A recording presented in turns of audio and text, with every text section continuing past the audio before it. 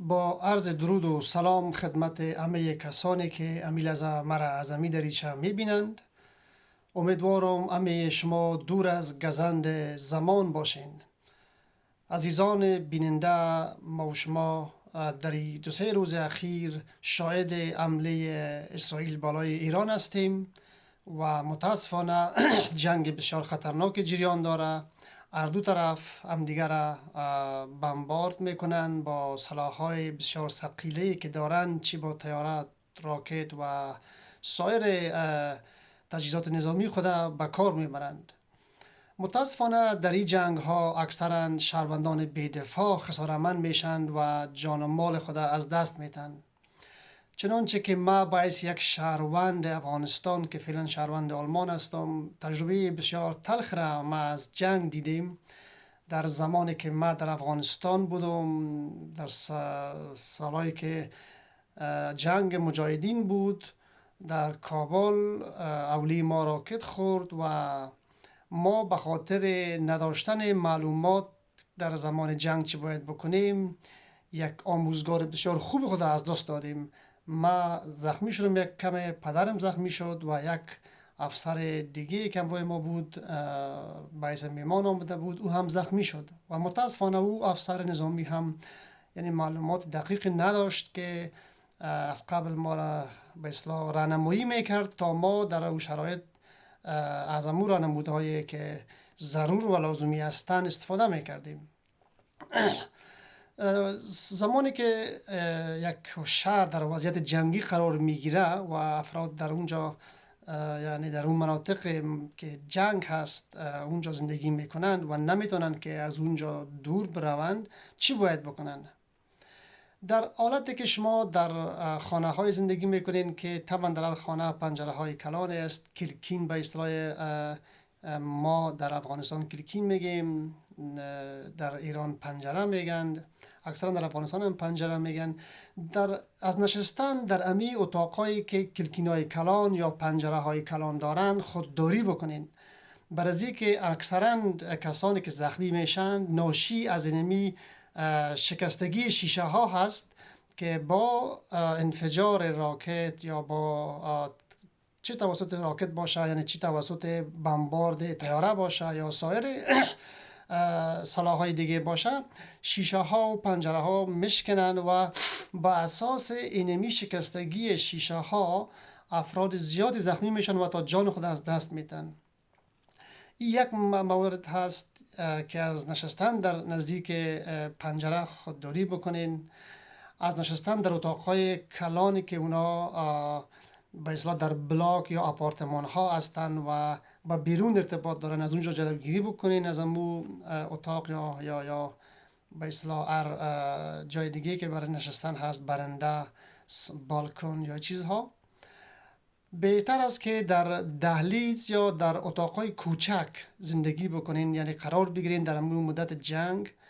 و شب و روز در اونجا سپری بکنین. اگر دسترسی به اتاقهای زیرزمینی دارین که در فارسی او را تاکوی میگن، در افغانستان مشهور یا به اصطلاح تاکوی میگن، زیرزمینی میگن، در اونجا زندگی کنین هنوز بهتر هست. از طرف شب اگر شما میخوابین و دیگر چاره ندارین، چی از طرف روز و تا شب تقریبا، شما میتونین که کلکین ها را با یک کمپل، با یک پرده بپوشانین که در صورت انفجار شیشه ها داخل نیاین و کمتر ضررشان به باشنده های امو خانه یا اتاق برسه. همچنان در بخش دیگه که بحث مواد اولیه هست، این مواد اولیه چی کمک های اولیه در زمان که کسی جراحت می داشته باشه، یعنی جراحت سطحی یا ثقیل‌تر، در او حالت هم شما اگر بتوانین از قبل امی کمک های اولیه را در خانه داشته باشین. بعض دیگر داشتن مواد غذایی لازم برای حداقل برای یک هفته یا هم برای یک ماه یا بیشتر از او باید باشه که شما تلاش کنین وقتی که احساس میکنین شرایط جنگی هست، در او حالت شما یک مقدار مواد خوراکی را در خانه ذخیره بکنین، به خصوص آب، نوشیدنی، چیزهایی که اونا با پخت و پز زیاد ضرورت نیست، ماکارونی، همه قسم چیزهای دیگه که شما بهتر میفهمین، برنج یا هر چیز دیگه که هست، اینا رو ذخیره بکنین. چنانچه که من قبلا گفتم که ما بنابر نداشتن تجربه و معلومات دقیق ما زخمی شدیم و یک آموزگار از دست دادیم. در امش یک حالت شما از گشت و گذار بیجا در روی حولی، در اتاق، در برنده خودداری بکنین. این بسیار مهم است. ما او زمان نمیدونستیم، در روی حولی میرفتیم جنگ را تماشا میکردیم و برای ما فکر میکردیم کسی غرض نداره، یعنی کسی برای ما کاری نداره. اما به که مردمایی که موزه تشریح میکردن،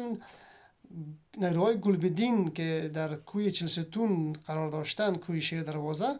از اونجا اولی ما را اونا با راکت زدن و گمان میکردن شاید که ما افراد نظامی هستیم، چون که محل نظامی بود، در اون مناطق جنگ بود و تفکیک شاید نمیکردن، یا هم اون راکت پرانی های کورشان باز هم استفاده کردن که مشهور است، راکت پرانی های کور گلبدین که خیلی افراد ملکی را در کابل به 80 و 90 هزار یا 100 هزار شهروند کابلی را کشته بود، در اون زمان به شهادت رسانده بود. یا هم به اون قسم آگاهانه یا ناآگاهانه اولی ما را با راکت بستند. یعنی اگر شما در حالت جنگ قرار دارین، در وضعیت جنگی، نباید گشت و گذار بکنین در صحن حولی، در اتاق، در برنده. بهتر است در یک جای محفوظی که من قبلا گفتم، در دهلیز یا در اتاقهای خرده که در داخل اتاقهای دیگر هستند، باعث تحویل خانه های کلانتر یا زیرزمینی یا همچنین چیزهایی که اتاقهای یا جاهایی که پنجره خرد دارن یا پنجره ندارن، در اونجا زندگی بکنین و تا اینکه محفوظ بمانین. اگر شما در بیرون هستین، مثلا ما که در بیرون بودیم، او زمان بر ما گفته شده بود که شما وقتی که در راه هستین و انفجار میکنه، شما باید پروت میگن، یک اصطلاح نظامی است در افغانستان، پروت میگن، یعنی بروی باید عاجل خود بیندازین که چره یا امور ریزه های راکت یا سایر بم یا هر چیزی که هست از بالای شما عبور بکنه. این معلومات بسیار کوتاهی را من خواستم با شما شریک بسازم که در کل فقط اگر نتیجه گیری بکنیم، از گشت و گذار بجا خود جلوگیری بکنین، داشتن مواد غذایی لازم، داشتن مواد کمکی ابتدایی داشته باشین و همچنان شما یک کسی را، یعنی تلفن داشته باشه که با همون شماره آلات اضطراری را که دولت یا هم ارگانهای امنیتی برای مردم به خاطر در امن بودن شماره دارن یا کمک ابتدایی دارن یا هم امبولانس هست، اونا رو داشته باشین. تلفن های شما شارژ داشته باشه و یک فرد اگر شوه که باعث عضو رابط باشه با سایر فامیلای دیگه که دارین که از اول دیگر با خبر شوین. و مهمترین چیزی که در آخر میخوایم با شما شریک بسازم، امین حفظ روحیه و دلدهی برای اطفالتان هست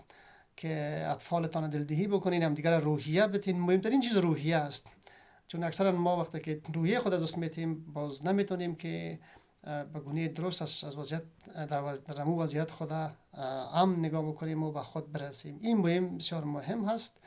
و در اخیر امیدوار هستم که در هیچ جای که یا در هیچ جای دنیا اصلا جنگ نشه و اگر کشورها دست به جنگ میزنند و ما در قرن 21 قرار داریم و هنوزم به خاطر منافع ژئوپلیتیکی خود یا منافع جیو اکونومیک و استراتژیک خود میان و کشورها را یا ملت‌ها را به اصطلاح میخوان نابود بکنند، امیدوارم دنیای امروز، خرد جمعی امروز، عقل سلیم امروز و نسل امروز از هر جایی که هستند دست به هم دیگر بتن و جلوگیری از این جنگ که فاجعه می آورد جلوگیری بکنند. و متاسف هستم که ما روز به روز جنگ ها بیشتر میشن. در اوکراین جنگ بود، خاورمیانه جنگ است، حالا به ایران جنگ رفته دیگه. این خبرهای بسیار ناخوشایند هستند که شخصا خود ما که ما در جنگ تولد شدیم، در جنگ بزرگ شدیم و در همی جنگ هم یا در همی مسیری که هنوز جنگ جریان داره، شاید عمر ما پایان برسه و نسل‌های که بعد از ما میان اونا هم در ناامنی قرار دارن، یعنی برای اونا هم ما نتونستیم که یک دنیای امن را تحویل بدیم. ولی امیدوارم که این سریال جنگ و جنگ طلبی به پایان برسه و جنگ افروزانی که در سطح دنیا اونا قدرت جنگ افروزی را دارند از امی وضعیت دیگر بس بکنن، بس است و خودداری بکنن و وضعیت را به جای جنگ افروزی و به جای تولید دود و بارود اونا بتانن که برای سرطان، برای ایدز، برای توبرکلوز، برای ده ها مرض دیگر دوا تولید بکنند و اونا بتانن به جای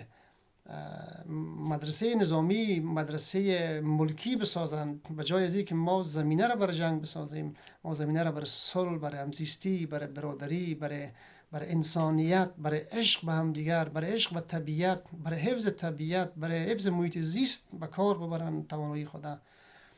و سپاس میکنم از شما که تا ایدم ویدیوی مرا شنیدین. اگر لازم میبینین ویدیو را به دیگران هم شریک بکنین تا ای که عزیزان خدا به خاطر امی نداشتن معلومات از دست نتن. سپاس از شما. روزگار شما آفتابی و محیطتان پر از صلح و صمیمیت باد.